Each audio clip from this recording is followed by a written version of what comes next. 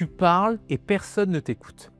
Alors là, le problème, si on est très honnête, c'est pas une question de volume, je parle pas fort, j'ai un problème de coffre. Très souvent, le problème, c'est que tu ne veux pas prendre de place. Et ça, c'est un problème assez profond en vérité. On pourrait essayer de creuser pour comprendre les causes. Est-ce que j'ai associé le fait de prendre de la place avec quelque chose de négatif? Parce que j'aime pas les gens qui prennent trop de place. J'ai l'impression qu'ils sont un peu égoïstes, un peu imbus d'eux-mêmes, qu'ils se mettent tellement en avant qu'ils cachent les autres. Et moi, je ne suis pas quelqu'un qui aime briller en cachant les autres. D'ailleurs, quand j'étais petit, on avait beaucoup de frères et sœurs, une grande famille, et j'ai compris que être modeste, laisser de la place, c'était bien. Et bien, tu vois, si j'ai cette idée-là derrière le fait de parler fort, de prendre de la place, inconsciemment, je ne serais pas à l'aise avec le fait d'être entendu, d'être écouté, bref, de prendre de la place. Et c'est pourtant un facteur clé. Quand tu regardes les gens qui sont à l'aise pour parler en public, les gens que tu écoutes, en général, parlent légèrement plus fort que la moyenne et prennent un peu plus de place que les autres. Physiquement, vocalement et même en termes de temps. Ce sont des gens qui parlent plus longtemps que les autres parce qu'ils ont certainement une vision différente des choses.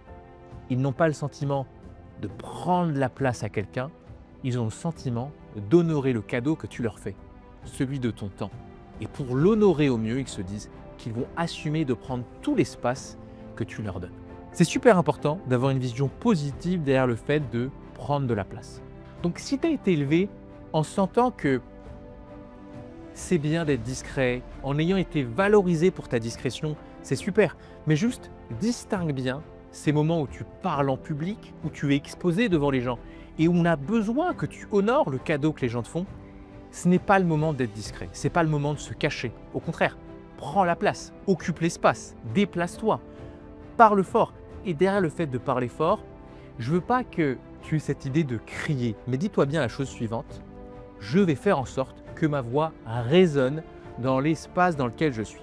Si tu arrives à faire ça, il y a de fortes chances que tout le monde t'entende.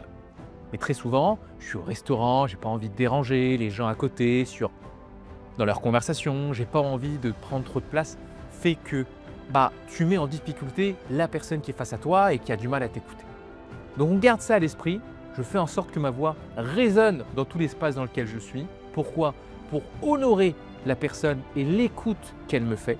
J'assume de prendre de la place, ce n'est pas un acte égoïste, mais véritablement un acte altruiste, parce qu'en prenant de la place, je vais me permettre de dire ce que je pense et surtout, je vais favoriser un confort d'écoute qui va être agréable et bénéfique à la relation, au public, comme à moi-même. Si c'est clair pour toi, je te demande de garder à l'esprit cette idée de prendre la place et je te souhaite de réussir à le mettre en pratique dans ta prochaine prise de parole. Et si tu veux parler en public avec confiance, regarde dans la description s'il reste des places pour réserver cet appel. On t'explique la méthode pas à pas et hâte de pouvoir échanger ensemble.